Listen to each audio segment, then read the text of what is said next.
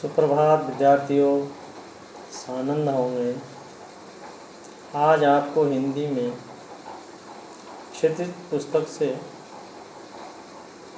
पद्य वाले भाग से सवैये नामक पाठ से संबंधित जानकारी देंगे। यह पाठ कवि रसखान द्वारा लिखा गया है। पद को सुंदर ढंग से लयबद्ध दोहराएंगे और याद भी करना है। पद का भाव समझना है। पद में आए हुए कठिन शब्दार्थों को सुंदर लेख में कापी में लिखना भी है। पद को लयबद्ध याद भी करना है, पद का अर्थ भी याद करना है, संदर्भ भी, प्रसंग भी, अर्थात इस पद से संबंधित जो जो चीज़ें आपके समक्ष आएंगी उन सबको याद भी करना है और शब्दार्थ जो आएंगे उनको भी याद करना है। शब्दार्थों को कॉपी में लिखना भी है। ठीक है, देखिए। मानुष हो तो वही रस खानी बसो ब्रज गोकुल गाँव के ग्वारन।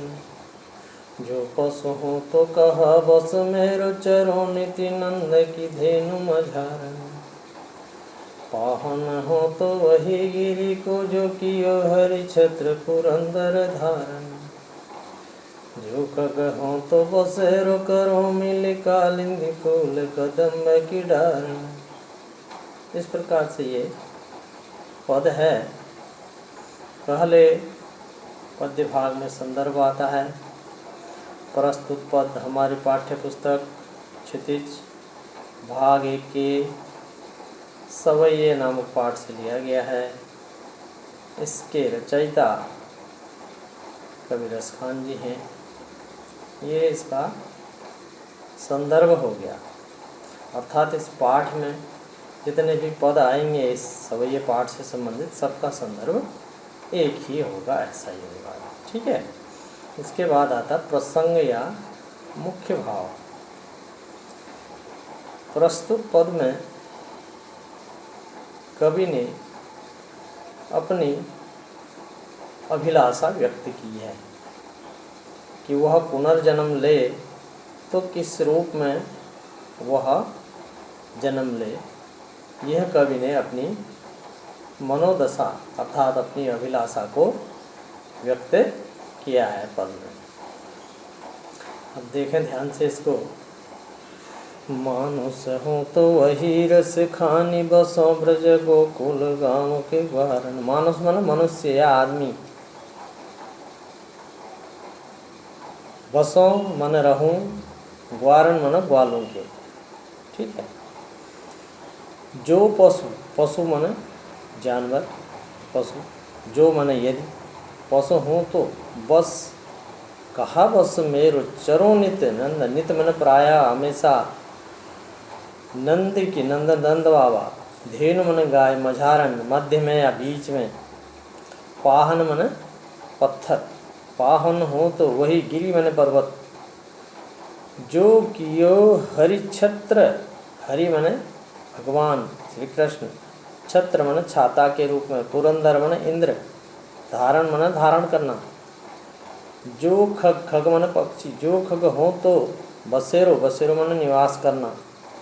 कालिंदी यमुना, कूल मन किनारा, डारन डालिया। अब इसको समझेंगे।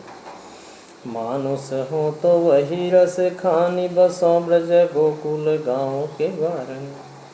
कवि रसखान की अभिलाषा है, इच्छा है कि यदि मैं मनुष्य के रूप में जन्म लूँ तो रसखान के रूप में ही जन्म लूँ। मानुष हो तो वही रसखान, बसों ब्रज गोकुल गाँव के ग्वारन।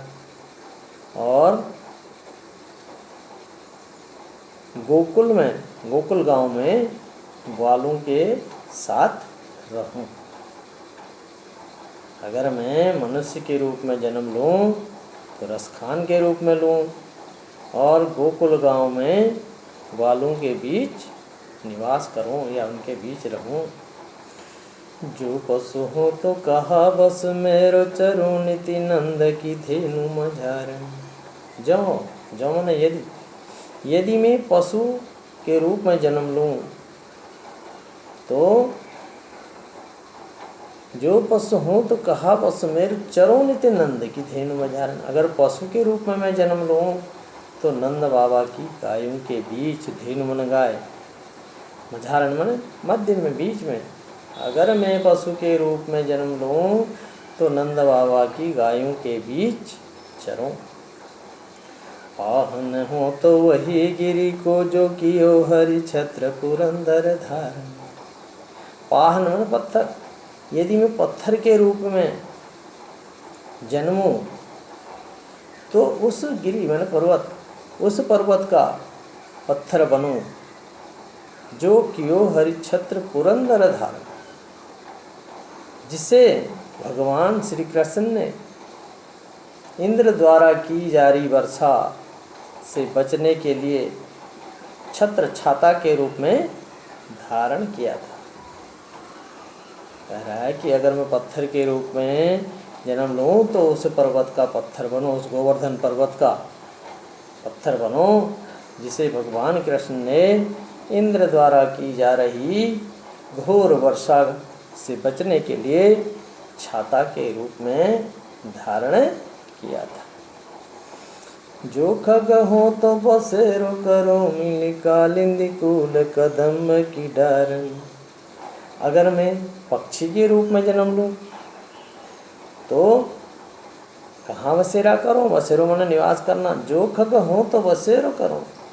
अगर मैं पशु के रूप में जन्म लूँ तो कालिंदी माने यमुना, कूल माने किनारा, यमुना नदी के किनारे कदम्ब की डालियों पर निवास करें।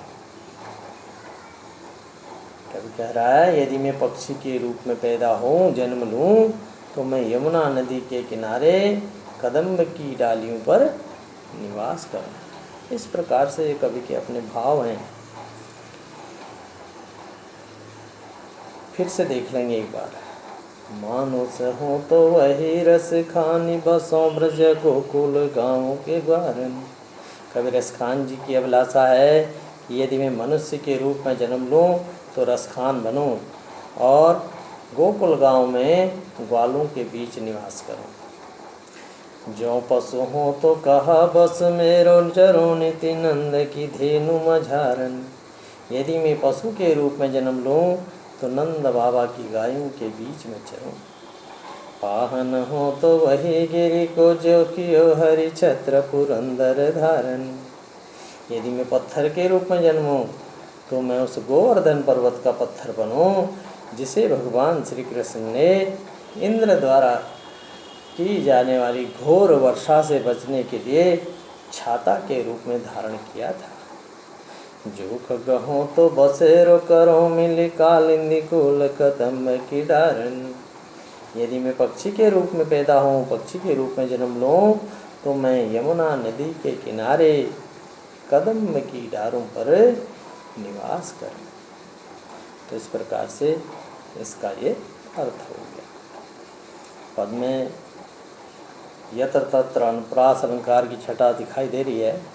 काव्य सौंदर्य के अंतर्गत आ जाएंगी ये चीज़ें। काव्य सौंदर्य जैसे प्रस्तुत पद गेय और लयबद्ध है, क्योंकि ये पद गाया जा सकता है लयबद्ध, और ये पद सवैया छंद में, प्रस्तुत पद सवैया छंद में है या प्रस्तुत पद सवैया छंद है। ठीक है। प्रस्तुत पद में रसखान ने अपनी अभिलाषा व्यक्त की है, अपनी कल्पना शक्ति यहाँ पर व्यक्त की है। पद में ब्रज भाषा का प्रयोग किया गया है, क्योंकि रसखान ने ब्रज भाषा में अपने काव्य लिखे हुए हैं। तो पद में ब्रज भाषा का प्रयोग किया गया है। यत्र तत्र पद में अनुप्रास अलंकार की छटा द्रष्टव्य अर्थात दिखाई देती है। इस प्रकार से इसका अर्थ पूर्ण होता है। काव्य सौंदर्य